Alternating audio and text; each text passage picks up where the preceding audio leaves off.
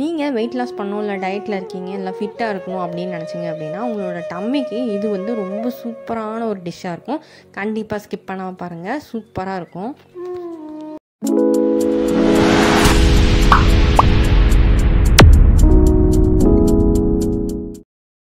உங்கள்கிட்ட டைட்டாக மூடுற ஏதாவது ஒரு பாக்ஸ் இருந்தது அப்படின்னா எடுத்துக்கோங்க.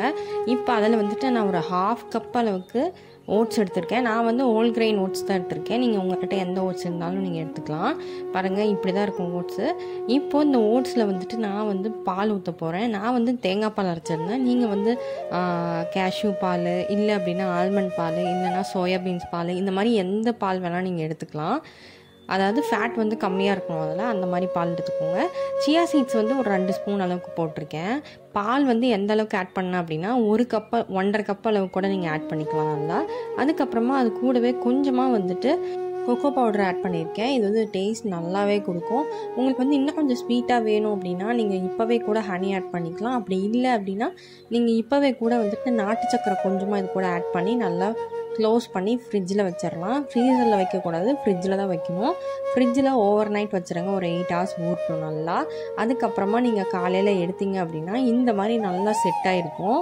பாருங்கள், இந்த அளவுக்கு நல்லா ஊறி வந்திருக்கும், நமக்கு சூப்பராக இருக்கும் சாப்பிடும் போதே. இதில் வந்து உங்களுக்கு என்ன தேவையோ அந்த மாதிரி ஃப்ரூட்ஸ் வந்து நீங்கள் எதை வேணால் ஆட் பண்ணிக்கலாம். நான் வந்து பொமோகிரானட் ஆட் பண்ணியிருக்கேன். இல்லை அப்படின்னா கிவி, பனானா, இந்த மாதிரி ஸ்ட்ராபெரி எல்லாமே நீங்கள் ஆட் பண்ணிக்கலாம். ரொம்பவே சூப்பராக இருக்கும். இது வந்து நீங்கள் ஃபிட்டாக இருக்கணும் அப்படின்னு நினச்சிட்டிங்க அப்படின்னா இது வந்து பெஸ்ட்டு ரெசிபியாக இருக்கும். இது கூடவே நான் வந்து சீட்ஸும் ஆட் பண்ணியிருக்கேன். நான் வந்து சன்ஃப்ளவர் சீட்ஸும் பம்கின் சீட்ஸும் ஆட் பண்ணியிருந்தேன். இது எல்லாமே உங்கள்கிட்ட இருந்துச்சுன்னா ஆட் பண்ணிக்கலாம், இல்லைனா ஸ்கிப் பண்ணிக்கலாம். இது எல்லாமே ரொம்பவே ஹெல்தி தான் நமக்கு. ஸோ அதனால் நான் ஆட் பண்ணியிருக்கேன். எனக்கு ரொம்ப பிடிக்கும் இதெல்லாம் போட்டு சாப்பிட்றதுக்கு. நீங்கள் இந்த சீட்ஸை வந்து ஓவர் நைட்டு ஊற வைக்கிறதுனால வச்சுக்கலாம். ஆனால் அது வந்து நல்லா மென்று சாப்பிட்ற மாதிரி தான் இருக்கும், நல்லா கருக்கு முறுக்குன்னு இருக்காது. அதனால் நான் வந்து கொஞ்சம் க்ரன்ச்சியாக இருக்கணும் அப்படின்றதுக்காக நான் பகலில் சேர்த்துப்பேன். அதாவது எடுத்து ஃப்ரீசர்லேருந்து எடுத்து வச்சுட்டு நம்ம சாப்பிட்றதுக்கு முன்னாடி நான் ஆட் பண்ணிப்பேன். டேஸ்ட்டுக்காக, ஸ்வீட்டுக்காக நான் வந்து ஹனி கொஞ்சமாக ஆட் பண்ணி அவ்வளோதான் மிக்ஸ் பண்ணி சாப்பிட்டோம் அப்படின்னா சூப்பராக இருக்கும். கண்டிப்பாக ட்ரை பண்ணி பாருங்கள்.